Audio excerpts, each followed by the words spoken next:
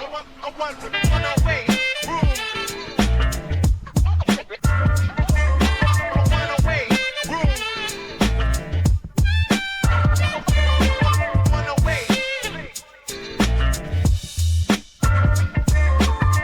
name you drop got roots in the grind. History speaks loud, just listen to the line. We struggle to shine, we honor the climb. We're losses hit deep, but sharp in the mind. Real don't flex, they just move with weight. Welcome to the legacy, room A-108, go to the legacy. Yeah. All right, everybody, welcome back to room A-108. I'm your host, David. Joining me, as always, my co-host, CJ. And in today's episode, we're going to go over a Bears recap from the Bears-Raiders Week 4. Then we're going to touch on, well, we have a bye week going into next week, but then we're going to start off right against the Commanders, kind of the rematch of the downfall last year. Then we're going to go over the college football recap from last week. Very eventful week, very big week in college football. And then we're going to finish up with MLB playoffs. So we have a packed episode today, a lot to unload. So I'll start off with you, man. First reactions from this week's Bears game. What do you feel, man? Man, nerve-wracking to start for sure. But anytime you can, I guess go into that early bye, at 2-2 instead of 1-3, feels a whole lot better. The vibes is up, the mood is up. Some things that they could work on. I think I touched on it last episode. Even though a lot of people say that bye, might be an early bye. For a first-time coach, it might be in a perfect spot. Especially for, a lot of the injuries that they got. We should see T.J. Edwards come back. Should see Kyler Gordon come back. I think I'm missing Darnell Wright. Yep. Austin Booker. So you talking about four plus guys who were out that team should see coming back after that bye, going to Washington, and when you couple that with a win going into the bye and and feeling good about yourselves, hey, like I said, it just feels a whole lot better than what could have been. You know what I'm saying? Yeah, we touched on that last week too. That was one of the big things going into the bye week, just with some momentum.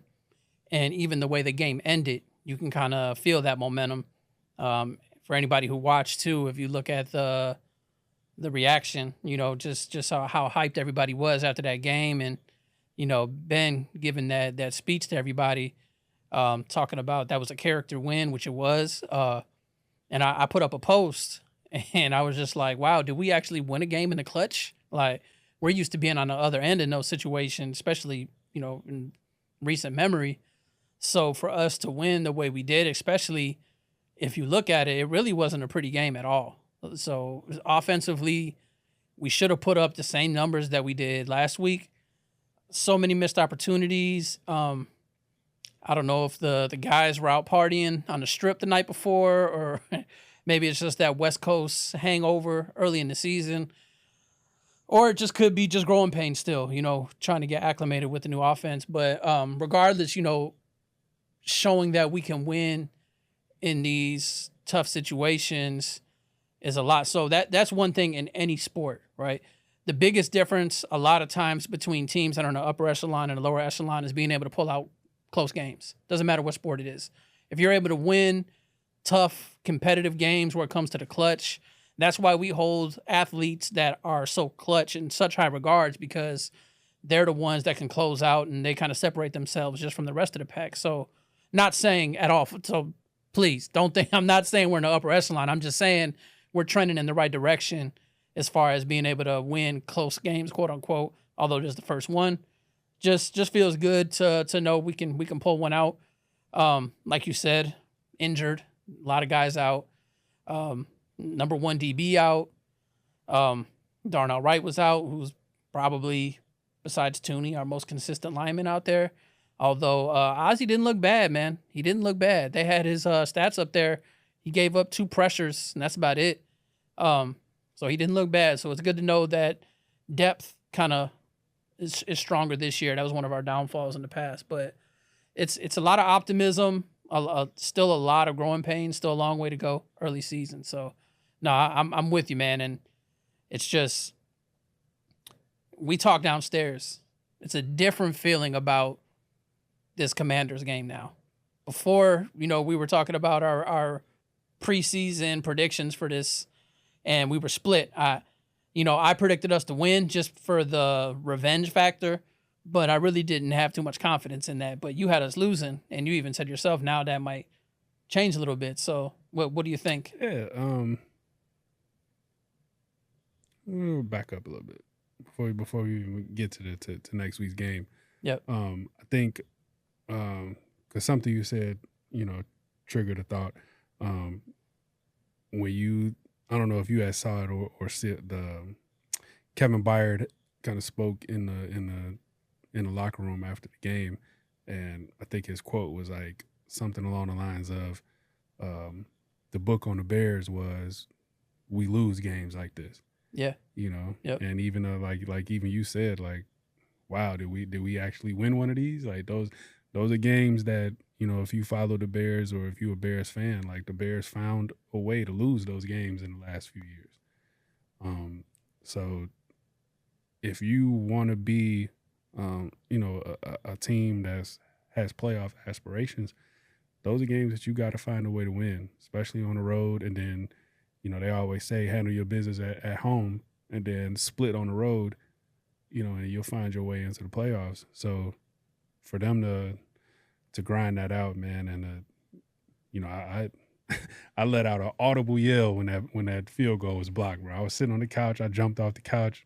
I said some words that I can't say on the pod, because we'll have to, edit them out. But yeah, man, it felt good to finally win one of those games that we've been getting a foot up our ass for years, on the wrong side of that.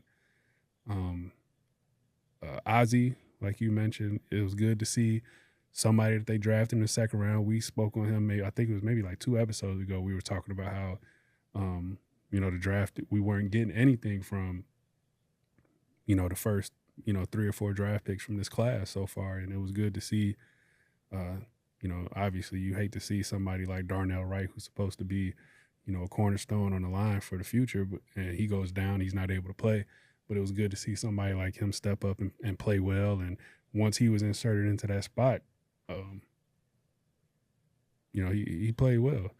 The only thing I could say that is, obviously coming off a win, you hate to nitpick about, certain things that could have been better. But one of the things that I would say going forward is, like right now, the book on the Bears is if you have a game-wrecking defensive end on your team, you probably gonna have some success against this team right now, unless they make some major upgrades. And I don't see, a way in season where you can, go out on the trade market or free agency and make, wholesale changes to your team at this point. So unless those guys, do some soul searching and up their level of play, we getting ready to play some teams that got some dogs out there on the defensive end, and it's gonna be a struggle for them, man. The 2 losses, not only the 2 losses, but this game that could have been a loss that they turned into a win. The common denominator is game-wrecking edge rushers. Man, Max was giving us fits, man. It was rightfully so. I mean, he's elite for a reason. I mean, he's easily top 5, not even DN, just defenders, period, in the league. So they didn't have an answer for him. No, he literally looked like I know what you're Max gonna say. Crosby's first half of that game looked like Khalil Mack against the Green Bay Packers in 2018. I thought the same thing. It looked just like it, other than Mack had a touchdown. If Crosby would have found a way to tip that ball, grab it, and take it to the end zone, that's Khalil Mack 2018 all over again. You know what I'm saying? So and that's what happens when you have players at that premier position who can wreck the game. And we don't have it. And there's a lot. We're not the only ones. There's a lot of teams that don't have it. But when you do have it, it shows up. So, they're getting ready to hopefully make some wholesale changes in the bye week. They go to play Washington. Don't really have anything to worry about at that position when it comes to Washington. I think their defense is built a little bit more collectively in terms of the way that they attack offenses from a defensive standpoint. But you are gonna play Trey Hendrickson and the Bengals in a few weeks. You are gonna have to play Michael Parsons and the Cowboys. The Cowboys. You got to play Michael Parsons and the Packers twice. Hutch. You got to play Hutchinson one more time. Yep. You got to play Jonathan Grenard and that Vikings front one more time. So, hey man, hopefully Dennis Allen and the rest of his defensive coaching staff can make some changes here coming up, because if they keep playing the way that it looks so far in these first 4 weeks, it's gonna get ugly. But we could sit here and we could celebrate a win. We could celebrate. Oh yeah. We could celebrate going into the bye week with a win. 2-2, like I said, feels a whole lot better than 1-3. And bring on the Washington revenge game in a week and a half. I'm expecting a lot from your boy. I'm expecting a lot from Tyreek. So hey man, the revenge tour continues. Hey, but so is there anybody like let's keep it a buck? Is there anybody on the Bears right now that's playing better than Tyreek Stevenson right now? You might be able to find me one or two, but the revenge arc for Tyreek right now is it's at an all-time high, man, and I love to see it. I called it. I said it before. I said that he would bounce back. And I'm just even more excited to see if he keeps playing this way, how it looks at the end of the year. If we're in a position to get Jalen Johnson back, because that even ups his play even more. Yep. Because, I mean, we always said he wasn't drafted, and his pedigree isn't to be a CB1. His skill set is to have a top lockdown corner on the other side of the field for him, and let him just play free, play physical, not have to worry about getting beat on double teams, and so he's doing this thing, man. Shout out to Tyreek, man. Shout out my boy, man. Yeah, I'm hoping. I mean, he looks great so far this year, so no complaints. As long as he keeps it up, all good over here. But there's something I wanted to touch on, man. I mean, I'm one to admit when I'm wrong. I mean, it's hard, but I will admit when I'm wrong. I don't like to, but that Loveland pick every week is looking like a worse and worse draft pick. So the biggest reason why I say that, if we just drafted him and kept our mouth shut, but I mean, I know you have to talk up your first round draft pick, you have to justify it, but the way that Ben was talking about it, it's like, oh man, it works perfectly for our offense, and it's just like he's obsolete. So I was cool with it, and I liked it. First of all, I'm a Michigan fan, so I'm cool with it. And I saw what he was able to do. His skill set, we're just not using it. I don't know if they don't think he's ready yet, but we're not, with all the holes we had, for us to make that pick and not use him, that's a huge question mark for me. And I don't know if I'm making a rash decision or just judging him too soon, but with offensive line depth, defensive line depth, our secondary depth, we have aging linebackers, so there's so many roles. Running back is another position that we need depth at.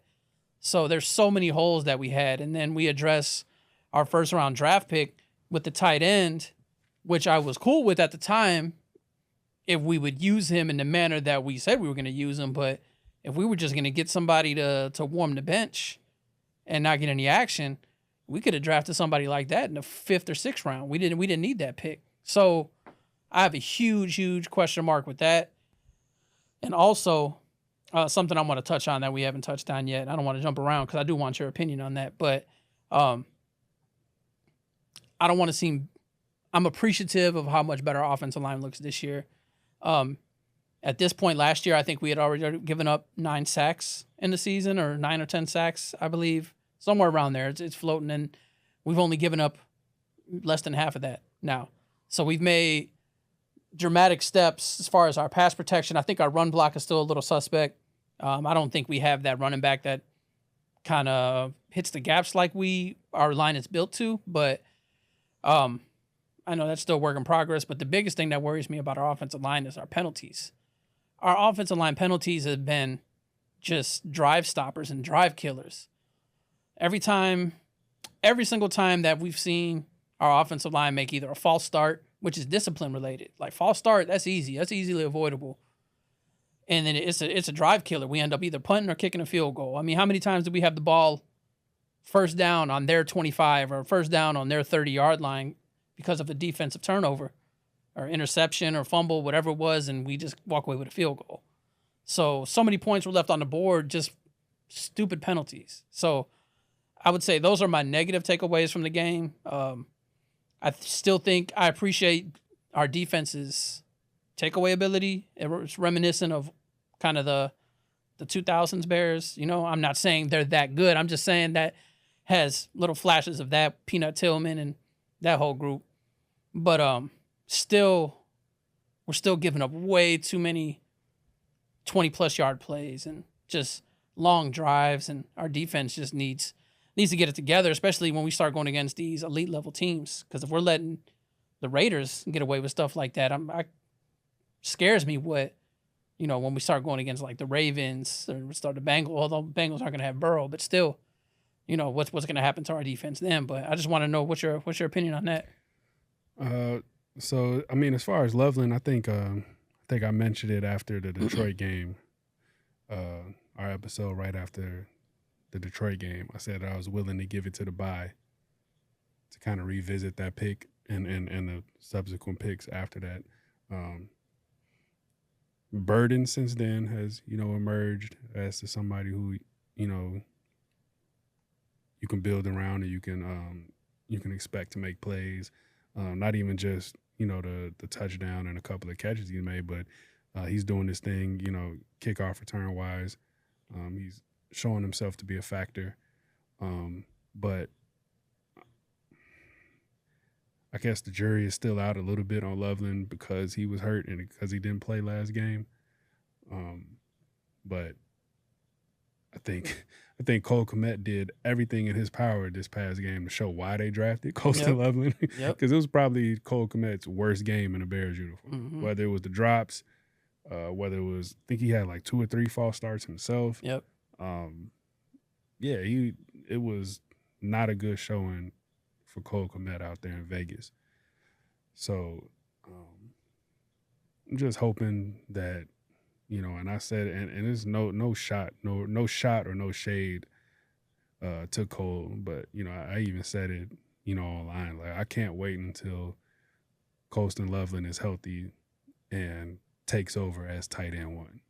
Because that's what they need. I think that when he gets to that point and he's healthy and he's ready to take over that spot, I think that takes the offense to another level and it adds another dimension that they don't have with Cole Kmet. Cole Kmet he's an inline tight end. He's not somebody who's going to threaten you. I was going to say that. Do you think that's? I don't mean to cut you off, but I was just want to just kind of touch on that. Do you think?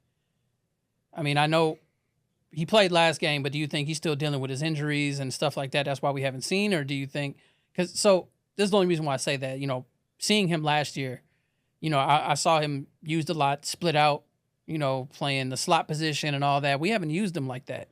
So that's what I'm saying. That's what I mean by not using him like that. I don't know if I don't even think he participated in any of the training camp, right? I think he sat out almost the whole training camp. Loveland? Yeah. Yeah, because he had the shoulder injury. Right. So, I mean, I know he's got later growing pains getting acclimated to the league or whatever, but is that you think he's just health issues right now? So he's got to address those, and then we'll see. So. Yeah, I think more so because his injury right now that kept him out of last game didn't have anything to do with the previous injury. So right. He was ramping up and he was looking like he was coming along. He just, unfortunately, I think he got hit in the hip or the side or something like that kept him out of this last game against the Raiders. But hopefully bye week he's able to come back and he goes into that Commanders game and takes off, because obviously Komet he's in a contract year. You know, he can walk after this year, or you can let him walk. Either he can walk or you can buy him out without any guaranteed money, is what I should say. And Colston Loveland looks like he is the prototypical new age tight end, you know, the move tight end, where you can line up in different spots. So if he's able to come back healthy and be that for them, that's an added dimension that we haven't seen, you know, in a Bears offense since what, Greg Olsen? Yeah. So yeah, they need that. They desperately need that, and they need the offensive line to, you know, to play a little bit more disciplined and cut down the pre-snap penalties. But one thing that I was encouraged by when you talk about that last drive that led them to the go-ahead score was that drive looked like a Chiefs game-winning drive. It looked like a Bills game-winning drive, a Eagles Ravens game-winning drive. When you need your quarterback to go out there and do his thing and put points on the board, that's what it looks like, you know. Whether it was letting the ball go when he needed to, ripping throws when he needed to, throwing with anticipation when it wasn't there, take off, go get some yards. He had like two or three rushes on that last drive that got positive yards and kept the chains moving, or not kept the chains moving, but kept them in manageable down the distances. So yeah, everything that we wanted to see from Caleb so far, I think we're seeing it, bits and pieces. Sometimes it's maybe it might be 3 steps forward, 1 step back, but we're still going in the right direction. So that's why I said earlier I wasn't ready to jump off the bandwagon. I saw what they were trying to do, the direction it was going. So man, I'm just happy to see a 21st century offense for my favorite football team, and we'll see what happens with in a week and a half when they go to Washington. Yeah. So circling back to that, what do you see now? Has your pick changed? Do you see a different outcome this time? What do you think?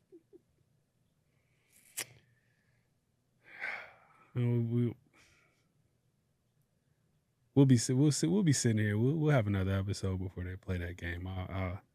Maybe I'll change my pick, but for now I'm gonna keep my pick. Just because as the way I saw it now, the way I saw it then, I still kind of see it now. That's a team up and coming, just like the Bears are, and you going on the road, and you're gonna have to relive all of the BS from a year ago. That whole week, they're gonna be asking you about it. They're gonna be playing those replays all week. So is this team advanced enough, mature enough? Are they gelled enough to deal with that and put that to the side and go on the road and get a win in a tough environment? We'll see. I want to see what the injury report looks like for both teams when we get a little bit closer to that game, and maybe my pick changes. But as of now, looks like Daniels will end up playing.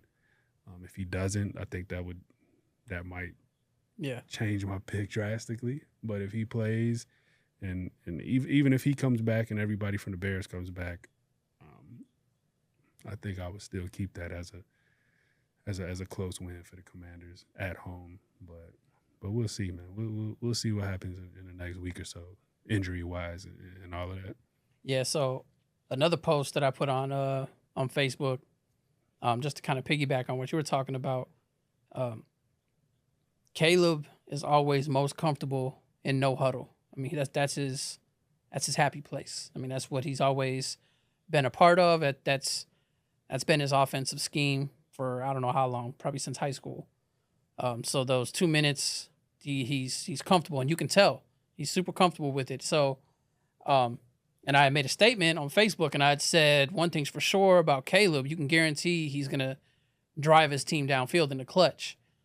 And although we haven't always, most of the time, we haven't walked away with a W, that's not a fault of his most of the time. I mean, but last year, that's why I bring it up. Last year, it's overshadowed by the Hail Mary, but people forget Caleb drove them down for a touchdown to get us the lead, which made that Hail Mary so heartbreaking because he had a hell of a drive downfield and got us in the lead, with minimal time left. I think there was only 30 seconds left where Washington was able to get that Hail Mary. And that wasn't the only time. I mean, there were several games where the Bears last year lost in heartbreaking fashion, a la Packers blocking a field goal. My bad. I don't want to trauma bond with you over these, but I'm just saying, no fault of Caleb's, man. He has that clutch factor, which is what I was talking about, which is something you need to be considered that upper echelon. Not saying he's that now, just saying he carries that trait, and which he did last week with the Raiders too. So, and I brought that up because, like I said, last year against the Commanders. But I think it's going to be a hard-fought game. I'm going to stick with the Bears pulling it out, especially coming off a bye week, everybody healing up, getting our personnel back. I think it gives Ben an extra week to game plan. So if I don't see the offense coming out rolling, at least for the first 15 scripted, I'm gonna be furious. But I see us coming away with a W. Yeah, we'll revisit it again before they play that game. But as presently constructed, I'll stick with my pick of Washington coming away with a win. Obviously, if some key positions, are unavailable for that game, it might change. But as of now, I'll stick with my preseason pick, and I ain't gonna sway from it. As of now, I won't. But don't forget, while we talking about the debacle last year against Washington, don't forget that the Bears decided to hand the ball off to an offensive lineman who fumbled at the goal line. So we wouldn't even have got to the damn hell. So yeah. So oh man, the days of Waldron, man, the days of Waldron. Come on, man. Yeah, everybody wants to throw that on my boy like he was the man. Let's move on. Let's move on. Let's move on. Going down a dark path, man. Yeah, man. Trauma bonding again. About to make me upset here on this last day of September. But yeah, also what we want to touch on, man, we talked last episode, big week college football. Lots of movement. Like we said, there was going to be a lot of movement within the top 10. Florida State taking a loss. Alabama beating Georgia. Oregon beating Penn State. U of I getting their redemption win after that blowout against Indiana. What do you got? What stood out to you this week for college football? I mean, I know our teams were idle last week, but still a lot of movement this week. Man, the biggest thing for me that was good to see was just seeing good games and seeing good, well-ranked Power 5 schools playing against each other, which week to week isn't always the case. We sit here and we talk about, it's a good slate this week, and then the very following week is Alabama playing against some directional school and 66-10 blowout, and it's always that yin and yang of, is this going to be a good week for college football? But yeah, it was good to see a bunch of good games, man. Like you said, that I think the biggest was probably the Oregon Penn State game. I think that was two teams. Yeah. Yep. Two teams ranked in the top. Both of them ranked in the top like 5 or 6 at the time of the game, and it went right down to the wire. It was a 2 overtime game, I want to say. So yeah, good to see that. Sucks to see Florida State not hold up their end of the bargain. I was going to ask you. So as a Miami fan, because Florida State is going to be playing Miami this next week coming up, would you have preferred to see them coming in? I mean, I know that it helps for strength of schedule, but also a team, I mean, they've shown there's no slouch. I mean, every team, shouldn't say every, but a lot of times teams have that one game where they have a hiccup, and it just so happened it was Florida State versus Virginia. Are they going to have a chip on their shoulder? I don't even know. Are you all home? Are you on the road? Nah, Miami's on the road. They traveling to Tallahassee this week. Yeah, I'm never rooting for them to win a game, but it was annoying to see them lose it. Yeah, it's kind of it's a nail biter though. It was a good game. Yeah, but I would have loved to see, not love, but I would have liked to see Florida State handle their business, and then we show up in Tallahassee, and that'd be a legendary matchup between the Hurricanes and the Seminoles, and both of them probably would have been ranked within like the top 6 or 7, and it would have been another matchup like we saw last week with Oregon Penn State, with two teams in the same conference, 2 Power 5 schools battling against each other. I would have loved to be sitting in front of my TV next Saturday night talking about Miami playing Florida State, and 2 versus 6 or 3 versus 7, or however it would have shaped up. But it didn't go that way. But yeah, like you said, Florida State probably will, and they should be a little pissed off, and they should go into that game with a chip on their shoulder, and then Doak Campbell Stadium should be rocking when Miami shows up Saturday night. Hey, even better.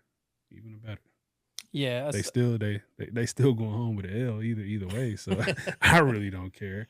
We still showing up to Tallahassee to handle business.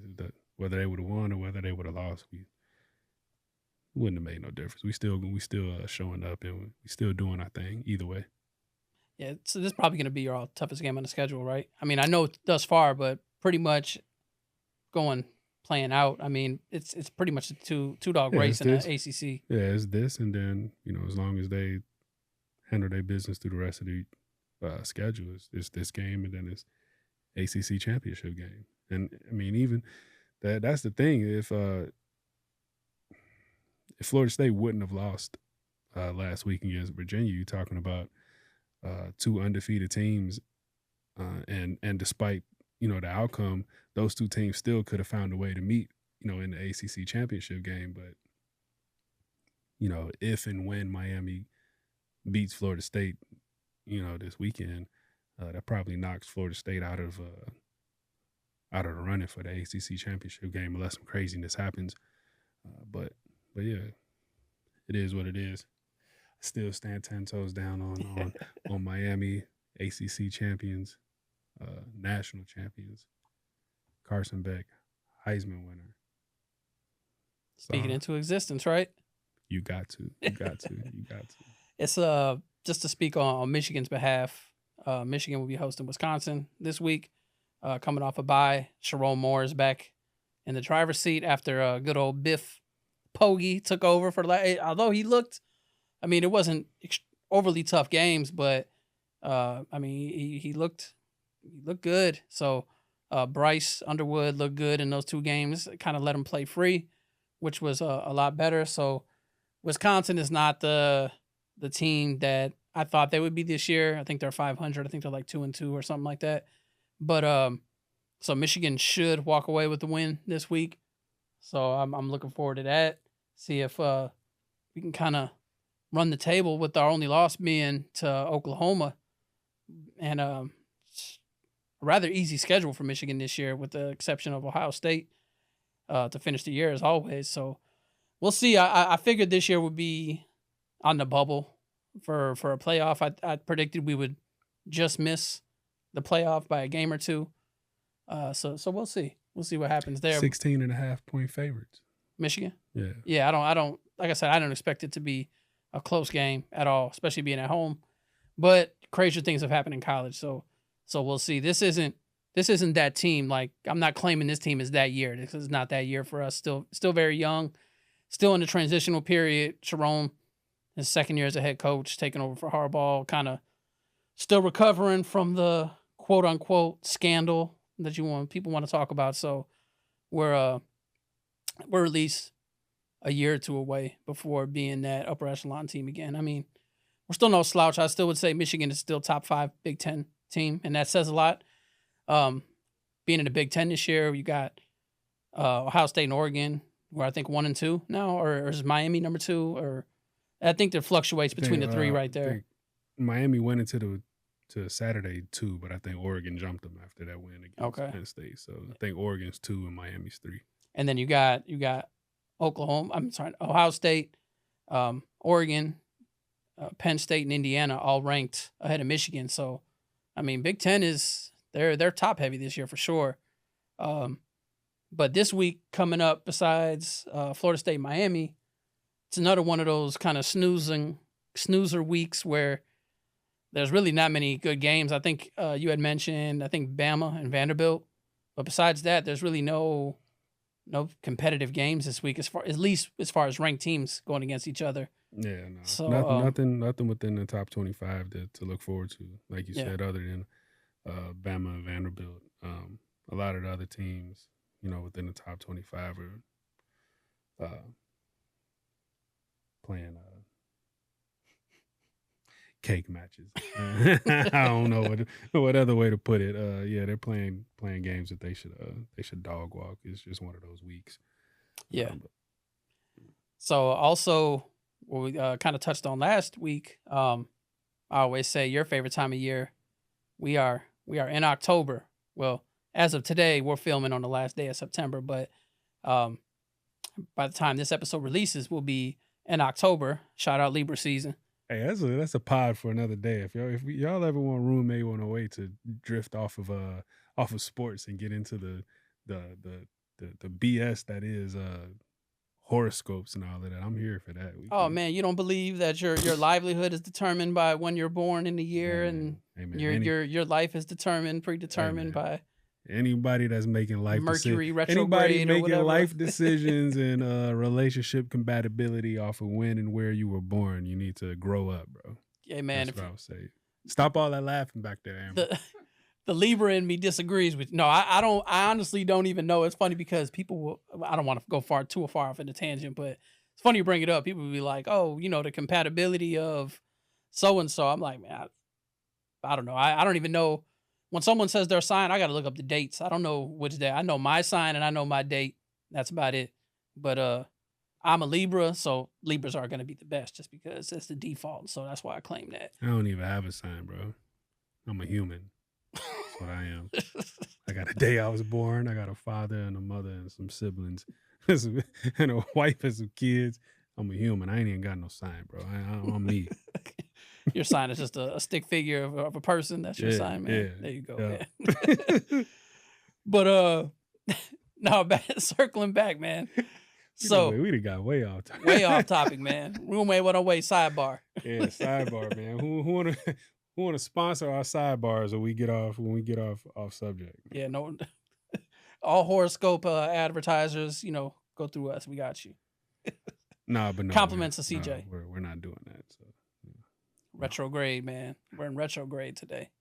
I don't even know. I don't even know. I don't know. No, I don't know what that means. I see people put that. I'll take a strawberry kiwi Gatorade. That you said something about some Gatorade. Let me get one of them.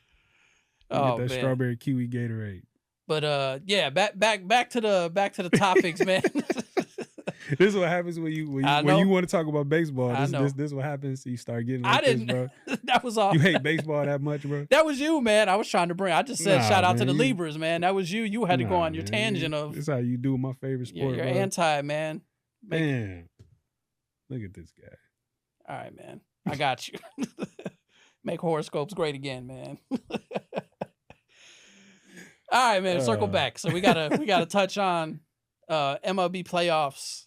So, I mean, the Cubs are our hometown team, so we will cover them. Hey, man, speak for yourself. No, I'm just playing. No, I agree. I was gonna say I'll let you take that because I don't anything positive that has to do with the Cubs. Yeah, man. I ran around with the Cubs flag last episode, and my hand down there broke out afterwards. So there's a lot. I couldn't take it. Manny demanded it of us, so I felt like we had to. Man, but I did it for my brother, man. I was trying to take up the cause for my fellow Cubs fans and try to shout them out. But hey. But as we sit here right now, for those that wonder, we sitting here, like you said, is the night of September 30th. Three of the wild card games have already either been played or in progress. I think Yankees and Red Sox are playing right now, right? Yep. The Tigers beat the Guardians earlier today. The Cubs beat the Padres, and the Red Sox are currently beating the Yankees. And the Reds play the Dodgers later tonight. So, you got any picks for these series? How do you see this going? Do you have somebody that you want to see win, or you just rolling with the punches? So, I guess ultimately, at the end of the day, big picture, who I want to see win. If the Sox aren't in it, is a good friend of the family. I've told you this before, but he actually works for the Brewers, so they are the default team I'll be rooting for. They got the best record in baseball, right? So shout out to Kevin Jazeski. Shout out, man. We've actually been to a couple games out there, so they actually have a really, really like that stadium, man. And it's a nice stadium. And, just by default, just because, like I said, he's been such a good friend of the family for so long, and him just being part of that organization, I'll be rooting for them. I don't care if we have a Chicago team in it. They're close enough, So I'm going for the Brewers. I'd like to see them win with being the best team in baseball. I think they're only fifth as far as best odds to win the World Series. I think the favorites right now are the Phillies. And behind the Phillies, you got the Dodgers, and then the Mariners. So I would say, I don't know if it's just experience-wise, but you would think that the team with the winningest record in the league would be up there. But I'm going to ride with them. As far as who comes out of which series, we were talking about it downstairs. There's only 3 games, and in baseball, that momentum is everything in baseball. So, that can swing in any direction. Like the Padres they pretty much own the Cubs this year, and they already lost game 1. So that series is already looking like that's going to be an uphill battle for them. So, I don't know. I'll wait till next round to really speak who I think comes out of this round. But this first wild card round, man, I'm like the emoji, man. I'm just tossing up my hands. Otherwise, other than your family connection, Dave just wants to see the Cubs lose as quickly and as early as possible. That's Padres need to win 2 more games.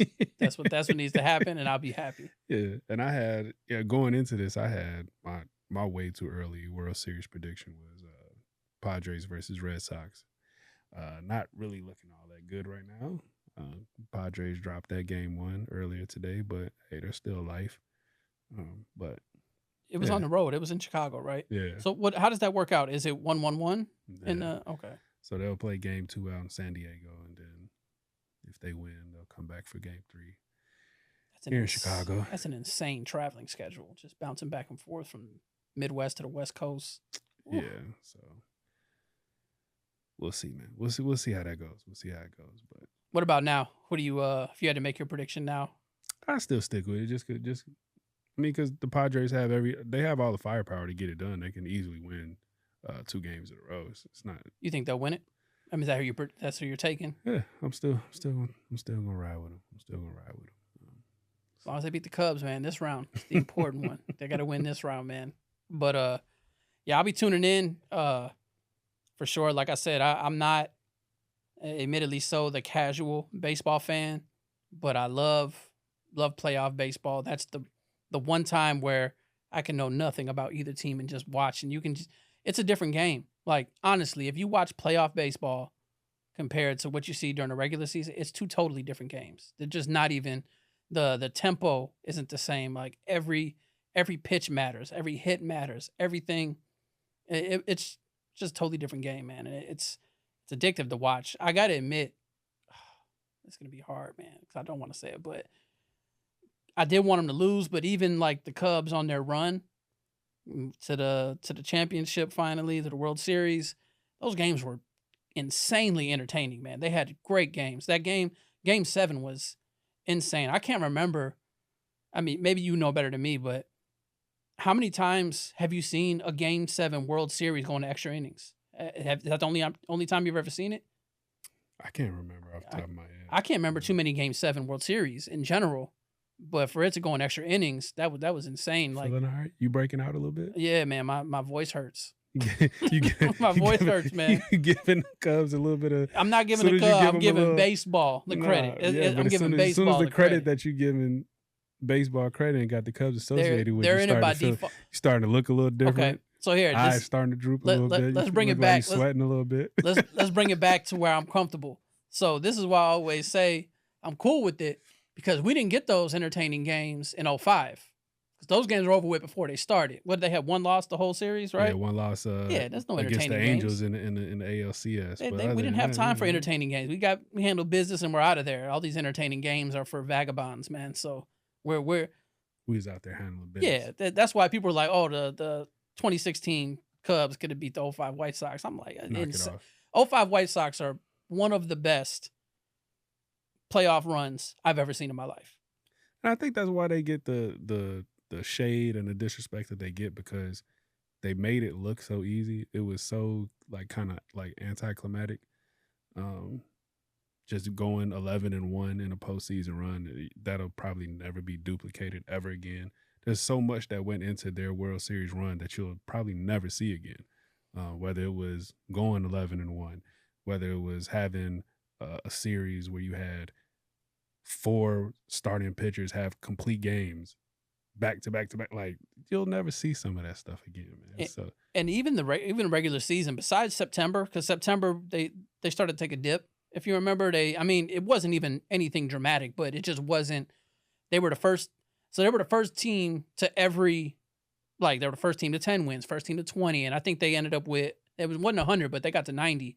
They were the first team. They had the best record in the league. It was just that whole year. Reinsdorf came down there probably and started talking, and then he got in. Yeah. And then they had to scrub that Reinsdorf stink off of him real quick and get back to business, which thankfully they were able to do. But then ever since then, it's just been, the Jerry stink on him ever since, man. You gotta sell, man. Gotta sell the team. You ain't selling, man. You just gotta hope for that other thing that we don't like to do around here, because I don't like that type of karma on me. What other thing? You know what I'm talking about. He's not gonna sell, so we gotta wait for something else. Oh, well, his son's gonna take over. Nah, he's already doing the day-to-day. No, it's already one of the Ishbia brothers is taking over once he I thought he just took over a bigger stock portion. I thought Michael Reinsdorf, right? Michael runs the Bulls. Oh, the Bulls. That's right. That's not the Sox. Okay, I got you. Yeah, we could talk about it one day, but I don't like to. I had to bring it up. Root on certain stuff to happen because I don't like that type of karma back on me. But so back to this horoscope thing. So hey man, look, any horoscope, any of those types of conversations, topics, send them to Amber, bro. We don't want to hear that. We don't want to hear that over here, bro. Send them to Amber. She'll filter them out. Maybe one day, I'll conveniently not be able to make it, and Amber will be over here, and y'all two will talk about horoscopes and compatibility and life partners and all of that. Don't lie. Back in the day when we used to get the newspaper that had the horoscope stuff, you used to read yours, right? Whatever sign you were, you used to read and just never internalize it, man. You don't lie. Never. I ain't got no reason to lie, bro. Never. I've always hated it. I always thought it was stupid. I got you. Still think it's stupid. I just think it's funny, man, because now all of the sage burners and the crystal rubbers are gonna come at me, bro. They do the little rock thumpers and all that. They gonna come. You don't burn sage in your house, man? Hell no. You got all types of ghosts now. Oh man. You start burning sage in my house, I might I might burst into flames around that motherfucker, bro. Yeah, man. Excuse me. See, see what happens when we get off. When we get off on a tangent, my bad, bro. Man. I guess the horoscope got you. Now we got to put a damn R rating on the damn on the pod. They'll be all right. Well, definitely, we'll probably get a lot of action in the comments because you can't talk about horoscope people. Oh man, jump all over us. Forget them all. Forget all the sage burners and the crystal humpers and all that, man. Forget them. I'm glad. Get you a life. Get you a real life. Oh, that's hilarious, man. I didn't know you were so anti-horoscope. That's so funny, man. Oh, that's so funny, man. We definitely need to have a whole subsection of topics that we need to have. Amber, what's your sign? I know it, but I'm with him. Thank you. See? No, see, she knows. Thank you. See, I sat here and I tried to see. I thought.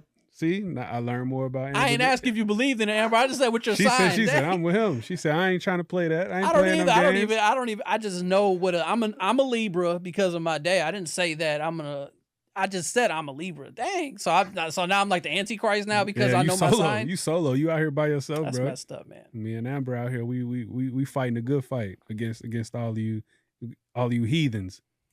So you all both know your sign. You just I don't have a sign. I told you that earlier, you bro. I'm a human, you know where bro. your birthday falls in. The sign your Hey man, July 15th, 1988. I know when I was born. I don't know what sign that is though. Me neither, because I ain't got one. You do know what sign I it is. don't know what that is, bro. Oh, I was born in the summer. I know it's hot. That's so funny, man. I'll be laughing about this for at least a week. It's the funniest thing. All right, man. Let's get it. Find y'all something else to base your life on. To find somebody to spend your life with, other than what day y'all was born. Figure that out, man. You know, there's other ways of compatibility. You know. Is there anything else you want to get off your chest about it, man? I felt like you had a lot of pent up about it. No, I'm good. You good? I'm feeling real good, actually. That's good, man. It's probably maybe I did need to get that off. Yeah, that's what's up, man. I'm happy for you. I'm happy. I'm really happy for you, man. I woke up this morning. I was going to work. It was dark as hell outside, and I felt a little weight on me. Maybe I had to just get that off. That's what's up, man. I'm happy for you, man. You go home happy. That's good stuff, Eat man. dinner, go to sleep, and we all good, baby. I'm glad I said Libra season because we wouldn't even got here if I didn't. I don't even know what that season is, bro. It's the goat. It's the goat. The picture is a goat because that's what it is. It's not even that it's Libra. It's just because it's my birthday. Fall season. Fall season. I mean, fall season is my favorite season because football season, MLB playoffs. It's the best weather. Hoodie and Tim season. Libra season is Galvin season. Is what I don't know what the hell that means, bro. Galvin season. That's the Coach Galvin. Season. Shout out Coach Galvin. Well, yeah, that's what. I mean, his namesake. Your pops. Yeah. Well, he ain't. But whatever. We'll go down that road. He ain't no Libra, but Galvin season is all the year best round. Galvin, Coach Galvin. I see you. So all right, man. That's all. Nothing else for horoscope, man. Just want to make sure before I don't want to come up next episode. We got some horoscope stuff that you want to talk about that you didn't get out. Next week, gonna be like, welcome back to Room A-108. Let's get some more of this horoscope shit up out of here. All right. Well. Nah, we good. We letting that go. We'll see. All right, man. That was Amber may want to get hers off next week. Right? She didn't even answer me. Neither one of you all. You're all, well, I don't believe in it either. I didn't ask you if you believe in it. I just said your sign, but it's cool. She was back there. Ain't nobody trying to listen to that. Making me feel like a heathen because I know what I am. It's okay. You're the only one. Me and Amber fighting a good fight, baby. Actually, matter of fact, I know what your sign is, Amber, just because I know what because your birthday right around your sister's birthday, so I know what she is. So I know what you are. Nah, we didn't. All right. That's enough of that. Sure, bro. No segue in the ending the episode. We're just going to cut it off abruptly. We'll cut it off right there. Man. But sure. Another entertaining week. Catch you all next week on Room A-108. Absolutely. I want 108.